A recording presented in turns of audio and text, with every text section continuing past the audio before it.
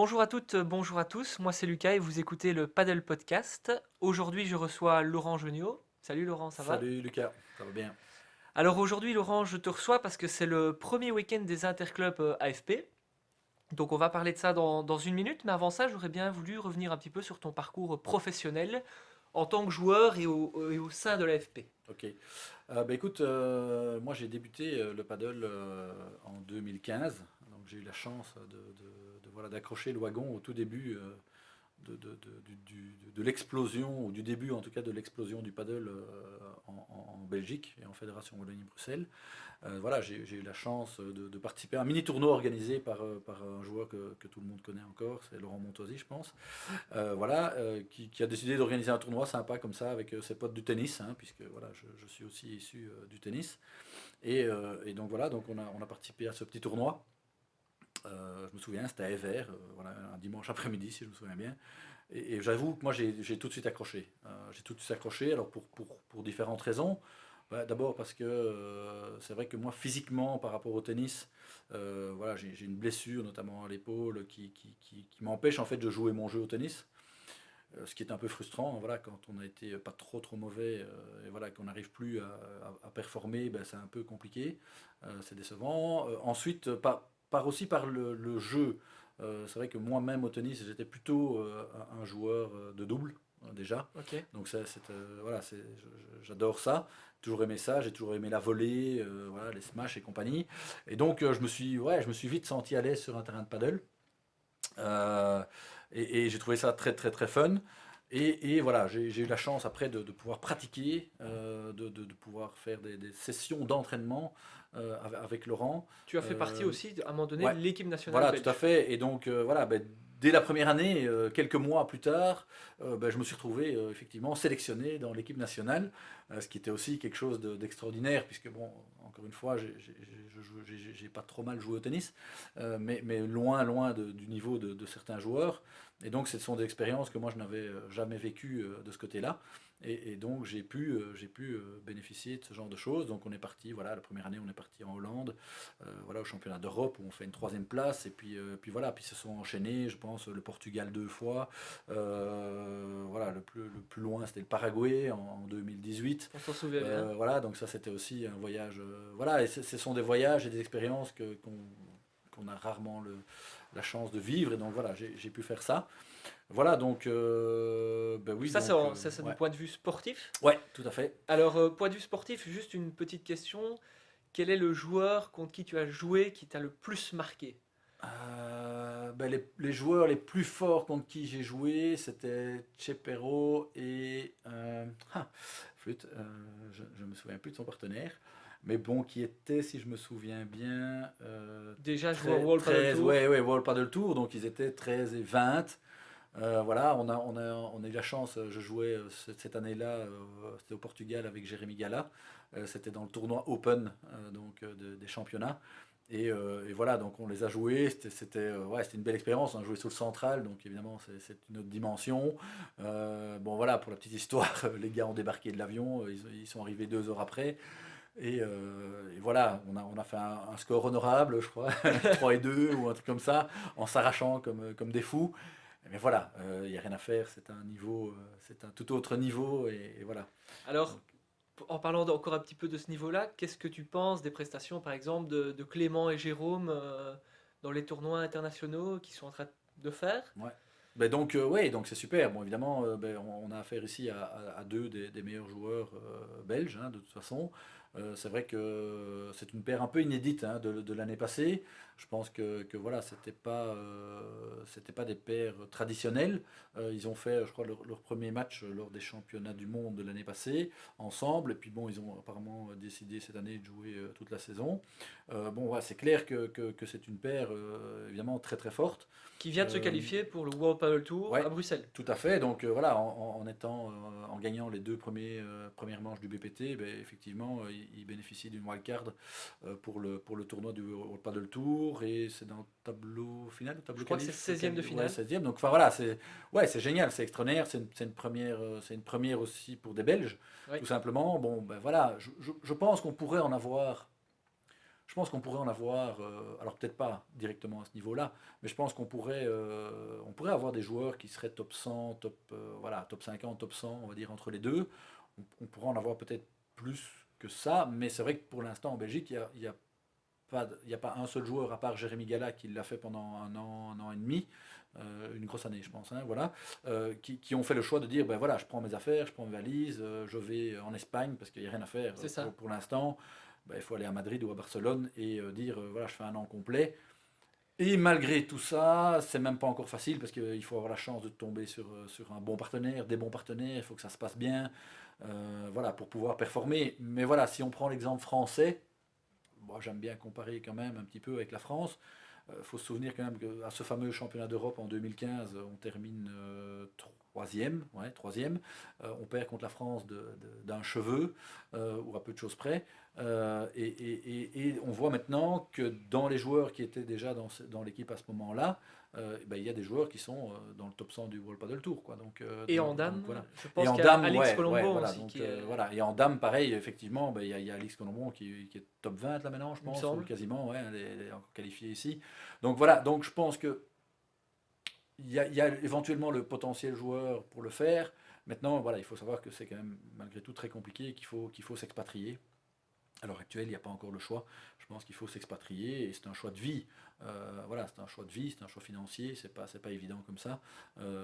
Mais voilà, ça viendra très certainement. Il y en aura peut-être un de ces quatre des jeunes qui feront cette démarche-là. On l'espère. Ouais, On l'espère. tout à fait. En tout cas, ce qui est sûr, c'est qu'en voyant les chiffres et le taux d'inscription aux interclubs, Mhm. venons-en aux Ouais, interclubs, on est encore sur une pente ultra ouais, croissante du tout à padel fait. en Wallonie, en tout cas. Ouais, donc ben, voilà, au niveau des clubs, des affiliés, ben, les clubs c'est une progression constante, les affiliés c'est une progression exponentielle, voilà, c'est pas compliqué, ça fait depuis 2015 que c'est comme ça, et ça continue. Ben, voilà, il suffit de regarder aussi ce qui se passe au niveau mondial, donc tout le monde est bien conscient que c'est un sport qui explose au niveau mondial, donc il n'y a pas de raison que ça n'aille pas chez nous, tout simplement. Et c'est vrai qu'au niveau des équipes d'interclub, ben, pareil. Donc on est à 455 équipes maintenant, ici, cette première série, ici en février-mars. C'est ça. Et donc oui, bon, quand on sait que ben, l'AFP, malgré tout, il y a quelques clubs en moins maintenant cette année, ben, on fait une progression de quasi 50 équipes, 40-50 équipes avec des clubs en moins. Donc voilà. Qui vont, c'est 455 équipes, Mhm. s'affronter dans une première phase de poule. Mhm. Phase de poule qui va amener les équipes à se rencontrer les unes contre les autres. Comment est-ce que ça se passe? C'est la première équipe, les deux premières équipes qui passent pour se rencontrer dans Ouais. une phase finale? Alors, Comment est-ce que ça se ouais. passe? Alors effectivement, ben voilà, donc phase de poule, donc les équipes jouent les unes contre les autres. En général, les poules sont composées entre 5 et 6 équipes par poule. 4 c'est rare, mais voilà. De toute façon, quoi qu'il arrive, les deux premières équipes de la poule sont qualifiées pour un tableau final. Voilà, donc ben, ici on est parti donc pour 5 ou 6 semaines de poule. Et puis derrière ça, ben, il y aura l'organisation lors du tableau final. Et donc au total, on est parti pour à peu près quasiment 11 semaines de compétition, avec ici une petite interruption pour les vacances de Pâques, pour le World Padel Tour notamment, hein, donc le C'est tournoi qui ça? se déroule à Bruxelles. On a fait une petite pause aussi pour permettre aux joueurs d'aller assister au tournoi. Mais donc voilà, on est quasi parti. En fait, on est parti jusqu'au dernier week-end de juin. C'est pas compliqué. C'est ça. Voilà. Pour la fin de la phase finale, en Pour la fait. fin de la phase finale à ce moment-là, ouais, tout à fait. Ok. Alors, quand on parle AFP, on pense aux interclubs, forcément, mais on pense aussi au tournoi. Et moi, en tant que coach, en tant que joueur, on me pose souvent la question, comment est-ce que je peux faire pour m'inscrire au tournoi? Est-ce que tu sais nous réexpliquer la procédure de A à Z pour pouvoir s'inscrire à un tournoi? Bah alors la première chose évidemment à faire, c'est de s'affilier. Donc il faut être affilié à la fédération. Alors là, la procédure est assez simple. Donc on se rend sur le site de la fédération, donc www.afpaddle.be, tout simplement. Bah, sur la page d'accueil du site, il y a un bouton qui s'appelle m'inscrire. Et une fois qu'on clique sur le bouton, bah, il faut suivre les inscriptions qui sont donc demandées d'écran en écran. Alors tout dépend un petit peu, si vous avez déjà été affilié par le passé, ben, il y a une une première procédure, on va dire ça comme ça, puisque c'est un renouvellement à ce moment-là de votre licence. Et puis si vous êtes un nouvel affilié, eh ben, en réalité, vous avez une deuxième procédure. Et donc cette procédure vous permet de, un, créer un compte sur le système informatique de la fédération, et deux, de prendre votre affiliation, avec une donnée importante en fait qu'il faut bien comprendre et saisir, c'est que dans le formulaire d'inscription, il y a aussi le choix du club qui est à faire. C'est Et ça. donc là, à ce moment-là, vous choisissez un peu votre club. Là, tout dépend de votre intérêt de participer aux interclubs ou pas. Alors c'est vrai que maintenant, on est un petit peu short, mais il faut quand même, il faut savoir qu'en fait, un joueur peut se rajouter dans les équipes, il n'y a aucun souci. C'est ça. Donc les gens peuvent encore se rajouter maintenant dans des équipes existantes. Alors on ne peut plus rajouter d'équipe parce que là on est un peu trop court, mais on peut très bien se rajouter dans une équipe pour compléter une équipe, il n'y a pas de souci. Donc voilà, donc en prenant contact avec les clubs, si vous êtes désireux de jouer en interclub, il y a encore moyen, c'est pas impossible. Mais bien faire attention dans quel club on prend son affiliation. Évidemment, voilà. Donc évidemment prendre l'affiliation dans le club où on a envie, où on pourrait éventuellement jouer. Voilà, donc une fois qu'on a son affiliation, là il y a encore une petite subtilité. Il y a deux possibilités, j'ai envie de dire. Soit il faut savoir que dans les règlements, nous avons prévu un tableau d'assimilation pour les joueurs pour leur donner un classement qui leur permet d'accéder à l'une ou l'autre catégorie. Si dans ce tableau d'assimilation, en fait, on tient compte de 3 autres sports, Ok. du squash, du tennis et du badminton. Voilà, le tableau est disponible dans les règlements qui sont disponibles sur le site. Et donc, une personne qui est affiliée dans un de ces 3 sports-là et qui a encore un classement, j'ai envie de dire, actif, hein, quelque chose qui représente quelque chose. Voilà, c'est vrai que quelqu'un qui a un classement résiduel au tennis, par exemple, depuis 15 ans et qui descend chaque année, voilà, on ne va peut-être pas tenir compte de ce classement de tennis puisqu'il ne joue plus. Voilà, nous, ce qui nous intéresse ici, c'est quelque part de faire une comparaison avec des gens qui pratiquent encore un autre sport de raquette et qu'on sait qu'il y a une influence sur le classement paddle. Ces personnes-là, quand elles remplissent leur formulaire d'inscription, on leur demande de renseigner justement ce classement et le système leur applique le tableau d'assimilation et ils se retrouvent avec un classement, voilà, au paddle. Les personnes qui ne rentreraient pas dans cette catégorie, donc qui ne pratiqueraient pas un de ces 3 sports-là, répondent non, non, non, forcément, sur le formulaire. Et à ce moment-là, ces personnes-là sont classées avec le plus petit classement. Chez les hommes, c'est P100, chez les dames, c'est P50. Voilà, et ils se retrouvent avec ce classement-là. Alors, ce n'est pas pour ça que ces gens sont bloqués à ce classement-là. Il faut savoir que la personne elle-même, un responsable de club, ou éventuellement plus tard un juge arbitre qui les verrait en tournoi. Voilà, elles-mêmes, elles peuvent demander en disant, oui, mais moi je joue en fait, voilà, ça fait 1 an que je joue, moi 3 fois par semaine, je n'ai jamais fait de tournoi, mais je joue quand même depuis 1 an et je joue 3 fois par semaine. C'est ça. Donc, je connais les gars avec qui je joue, eux ils sont déjà peut-être classés, les parties que je fais, ce sont avec des gars qui sont par exemple entre P200 et P300 tout le temps, et en réalité, je sens que je tiens la route dans ces parties-là. Et donc moi j'ai envie de me challenger, j'ai pas spécialement envie de jouer avec les débutants, parce que le but du jeu c'est que les P100, ce soit vraiment les débutants. Ça permet aussi Voilà. d'harmoniser les catégories. Voilà, tout à fait. Et alors ils peuvent revenir vers nous sans aucun problème, en envoyant simplement un petit mail au secrétariat, et dire écoutez, voilà, moi ça fait en fait 1 an que je joue 3 fois par semaine, je joue avec des gars qui sont P200, P300, je gagne tout le temps, donc j'estime que mon niveau ce serait peut-être bien que je sois P300. C'est ça. Aucun souci. On accède évidemment à ce genre de demande parce que nous, notre objectif, c'est toujours que les gens se retrouvent dans la meilleure catégorie possible pour eux, qu'ils s'amusent, qu'ils s'amusent surtout avec les autres, que les autres s'amusent éventuellement aussi, évidemment, mais en tout cas pas qu'ils se retrouvent dans une catégorie trop basse pour que les gens en face soient dégoûtés. C'est ça. Voilà. Donc l'objectif vraiment, en étant assez flexible par rapport à tous ces classements, d'abord parce que c'est un sport jeune. Parce qu'il y a encore de nouveaux affiliés qui arrivent. Il y a des nouveaux affiliés qui arrivent, et voilà, il y en a beaucoup. Et donc on essaye vraiment d'être le plus flexible possible par rapport à tout ça, pour que les gens soient là où ils doivent être, tout simplement. Et est-ce que le fait d'avoir augmenté le nombre de catégories vous aide, vous, à classer les joueurs en fonction de leur niveau, ou est-ce que c'est d'autant plus dur parce qu'il y a d'autant plus de petits changements qui peuvent se faire Non, ça nous aide quand même, Pourquoi? Parce qu'il y a un moment donné où on s'apercevait que, enfin on s'est aperçu, voilà, que ce soit chez les hommes ou chez les dames, que au sein d'une, au moins il y a de nombre de catégories. Au plus au sein d'une même catégorie, il y a des différences. Vous avez il peut y avoir une très grosse différence entre, je vais reprendre des P200, entre un petit, je mets des grosses guillemets, j'aime pas dire ça, mais un petit P200 et un gros P200 qui va terminer premier à la race du Masters, et lui, voilà.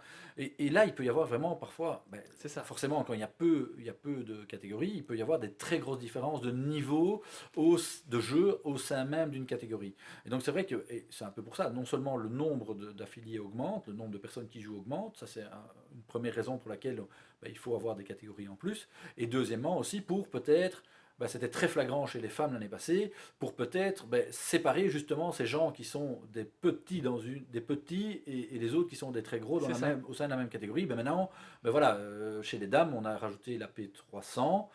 Je vais essayer de ne pas me tromper, P300, ouais, ça a discuté, c'est pour ça. Et donc, ben voilà, on sait que l'année passée, en 200, c'était très compliqué pour les dames. Et voilà, ben, il y a des P200 qui sont restés P200 et les meilleurs sont passés P300. Et voilà, ça harmonise un petit peu quand même le niveau de jeu. C'est Voilà. ça. Alors, une dernière question concernant les tournois, c'est que l'année dernière, on avait parlé d'un reclassement après 6 mois de jeu ou quelque chose comme ça. Mhm. Est-ce que c'est quelque chose qui est toujours en cours, qui va se Tout à faire fait, cette année? tout à fait. Donc voilà, donc au niveau des classements, il est prévu 2 calculs par an, donc 1er janvier et 1er juillet. Voilà, donc cette année, nous avons encore utilisé l'ancienne méthode hein, qu'on utilisait avant, c'est-à-dire qu'on fait un calcul du taux de pourcentage de victoire dans les catégories, C'est ça. sa catégorie propre, la catégorie au-dessus, enfin, etc., etc. Donc voilà, on établit des cuts de pourcentage pour dire, ben voilà, quand vous atteignez un certain cut ou vous le dépassez, vous montez de catégorie, ou alors vous restez, ou alors vous descendez. Voilà, on a encore utilisé cette méthode-là.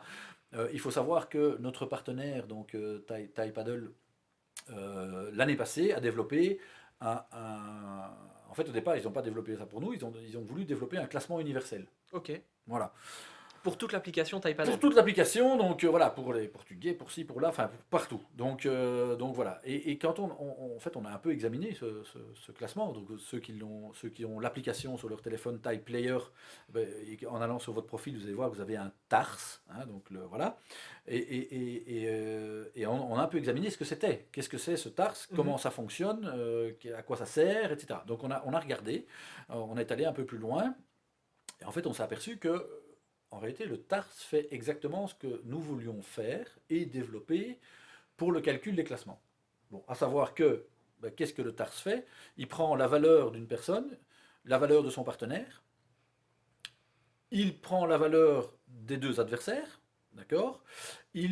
Par un algorithme, là je ne vais pas rentrer dans les détails, mais il y a un algorithme en fait qui va calculer en fonction de la force justement de ces 4 personnes un pourcentage de chance de victoire ben, d'une équipe ou de l'autre. Ok. Voilà, ça c'est avant le match. Vous pouvez constater ça si vous allez sur votre application, vous cliquez sur les matchs à venir hein, qui sont programmés, et vous allez voir qu'il y a un pourcentage qui a été défini. Bon. Cette valeur-là, c'est le classement ou c'est un classement général de tous les joueurs? C'est La valeur la valeur de chaque c'est joueur. c'est le TARS de chaque joueur. Donc, Et voilà. ce TAR, c'est déterminé comment? Par un Alors, algorithme alors? Voilà. Ok, d'accord. Donc le TARS, voilà. Donc le TARS en fait, il est calculé après. Et donc en réalité, votre pourcentage de chance de victoire ou de défaite. Donc si par exemple ma paire a 80% de chance de gagner contre ta paire, ben, il y a plusieurs scénarios. Si jamais nous gagnons, ben, en fait c'est une victoire logique vu le pourcentage qui a été déterminé. Et donc mon TARS, notre TARS, va évoluer mais très légèrement. Par contre si on perd, nous faisons une contre-performance assez importante, puisqu'il y avait quand même 80% de chances qu'on gagne, ce qui est assez élevé. Et si on a perdu, eh ben, là on va perdre beaucoup de points. Beaucoup de points dans Et le moi, TARS. beaucoup en gagner. Et voilà. Et alors à l'inverse, de ton côté, ben, si tu perds, c'est une défaite logique par rapport au pourcentage, donc tu vas perdre, mais très peu. Par contre, si tu gagnes, c'est une grosse perf, et donc ton TARS va évoluer beaucoup plus vite. Voilà. Ok. Le but du jeu, en fait, avec tout ça, c'est que ben, à la fin de la période ici maintenant, donc fin juin, nous allons déterminer, de nouveau, on va déterminer des cuts. Alors, ce que je vais dire ici n'est pas valable puisqu'on n'a pas encore déterminé exactement les cuts, mais je vais donner un exemple.